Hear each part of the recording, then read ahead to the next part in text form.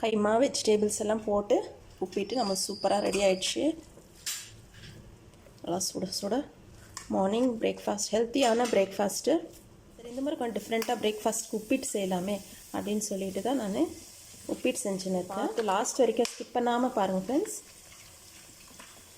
2 big size onion எடுத்து cut பண்ணி வச்சு மஞ்சள் தூள் போட்டுக்கலாம். மஞ்சள் தூள் ஆயிலில் ஃப்ரை ஆகட்டும்.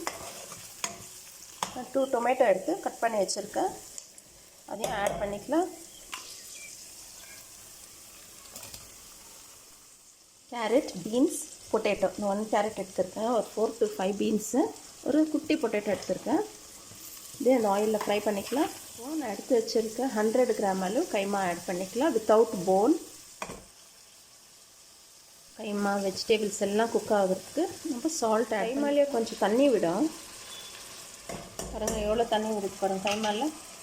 அதுலேயே அது ஒரு 2 to 3 minutes குக் ஆகட்டும். 5 minutes நம்ம டைமர் ஆயிடுச்சு.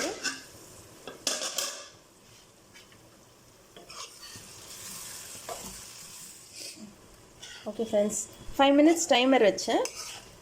டைமர் வச்சுட்டு இப்போ நம்ம இதுலேயே நான் ரவை போட்டுட்டேன், வீடியோ ஸ்கிப் பண்ணிட்டேன்.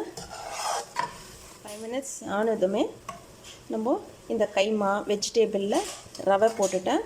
நான் எவ்வளோ ரவை போட்டேன்னா ஒரு 250 கிராம் அளவு ரவை போட்டிருக்கேன். இப்போ 1 கப் ரவைனா நம்ம 3 கப் அளவு தண்ணி ஊற்றிக்கணும். 1:3 ரேஷியோ தண்ணி ஊற்றிக்கணும். இப்போ இந்த ரவை கைமா வெஜிடபிளோடு நல்லா ஃப்ரை ஆகணும். இப்போ நம்ம தண்ணி ஊற்றிக்கலாம். டீட்டெயில் லிங்க்கை நான் கொடுத்துருக்கேன் ஃப்ரெண்ட்ஸ் டைட்டில் பக்கத்தில். இந்த கப்பில் ரவை போட்டேன். ஸோ இதே கப்பில் 3 கப் அளவு வாட்டர் ஊற்றிக்கலாம்.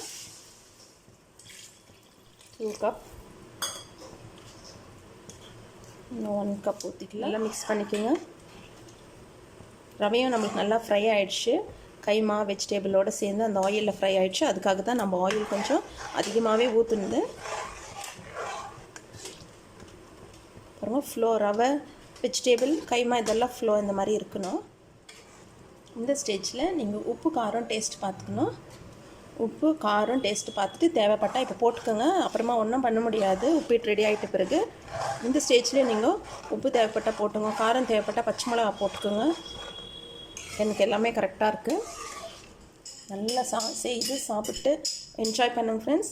அப்புறம் எனக்கு கமெண்ட்ஸில் தெரியப்படுத்துங்க ஃப்ரெண்ட்ஸ், எப்படி இருந்துச்சுன்னு. நீங்கள் சொன்னால் தான் தெரியும், நீங்கள் செய்து சாப்பிட்டு எப்படி இருந்துச்சுன்னு சொன்னால் தான் எனக்கு தெரியும் எப்படி வந்திருக்குன்னு.